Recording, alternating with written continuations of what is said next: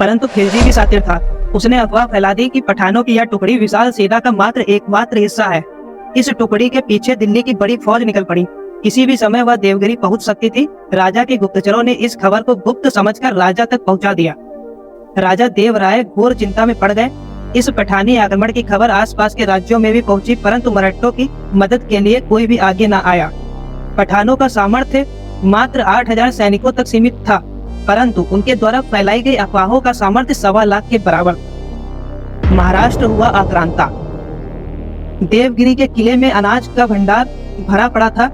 यह वाकई सुखद बात थी। अनाज के आधार पर कई महीनों तक किला बनाए रखने की हिम्मत राजा रामदेवराय में अवश्य थी। किले की रचना इतनी खास थी कि दुश्मन का अंदर आना बड़ा ही कठिन था, नामुमकिन भी। किसी के गद्दारी करने पर अथवा अनाज खत्म हो जाने की सूरत में ही खिलजी के किले पर काबू कर पाना मुमकिन था। अनाज के बारे में राजा आश्वस्त थे, परंतु राजा का दुर्भाग्य उसके साथ चल रहा था। व्यापारियों ने अनाज के नाम पर बोरों में नमक भिजवा दिया, यानी अनाज का भंडार भी खाली था।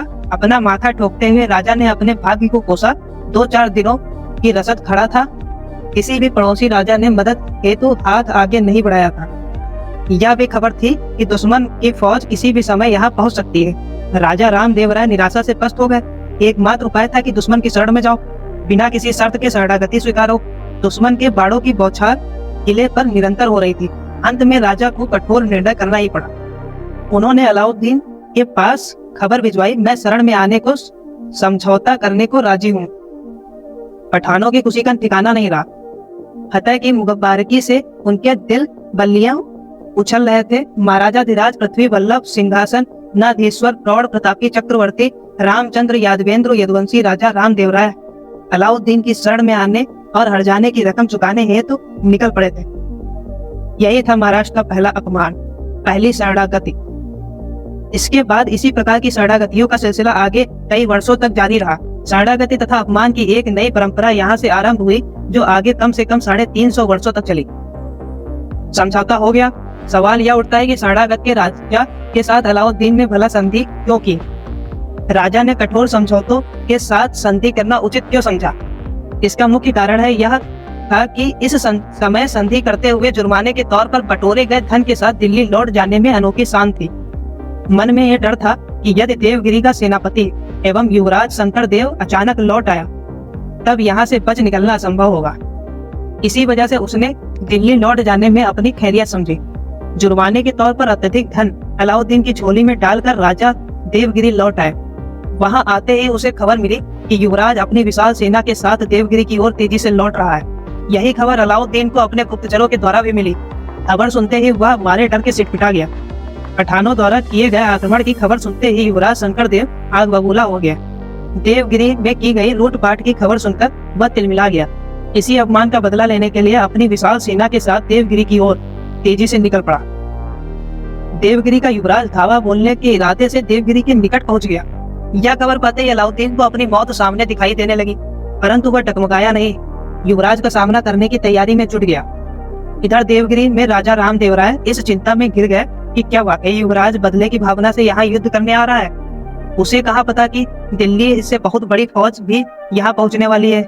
इस परिस्थिति में हम कहाँ टिक पाएंगे। इस प्रकार के सर्वनाश से बेहतर है पठानों से दोस्ती करना, उनसे संधि करना। आनन फानन में राजा ने अपना दूत शंकर देव के पास भेजा और संदेशा भिजवाया, खिलजी के साथ हमारी संधि हो गई है।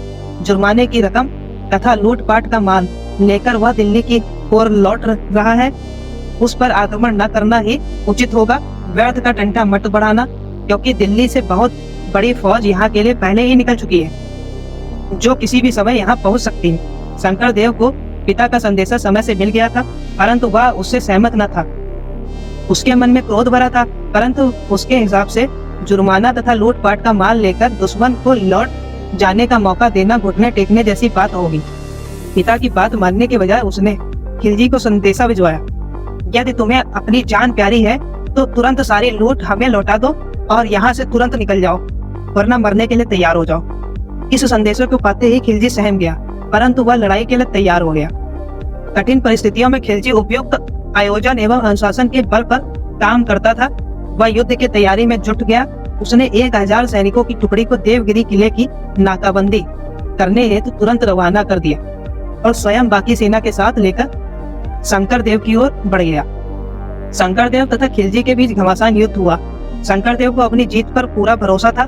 खिलजी की फौज धीरे धीरे पस्त होने लगी थी। गर्मी के दिन थे, युद्ध भूमि धूल धूसरित हो रही थी, सामने की चीजें दिखाई नहीं दे रही थी। किले की नाकाबंदी करने वाली फौज खिलजी की मदद के लिए आ गई। यादव सेना ने जब ये देखा तब उन्हें लगा कि दिल्ली से निकली फौज आज पहुंची है। वे डर का तितर बितर होने लगे। यादव सेना बिखर गई। शंकरदेव यादव के गले में पड़ने वाली विजय माला बिखर गई।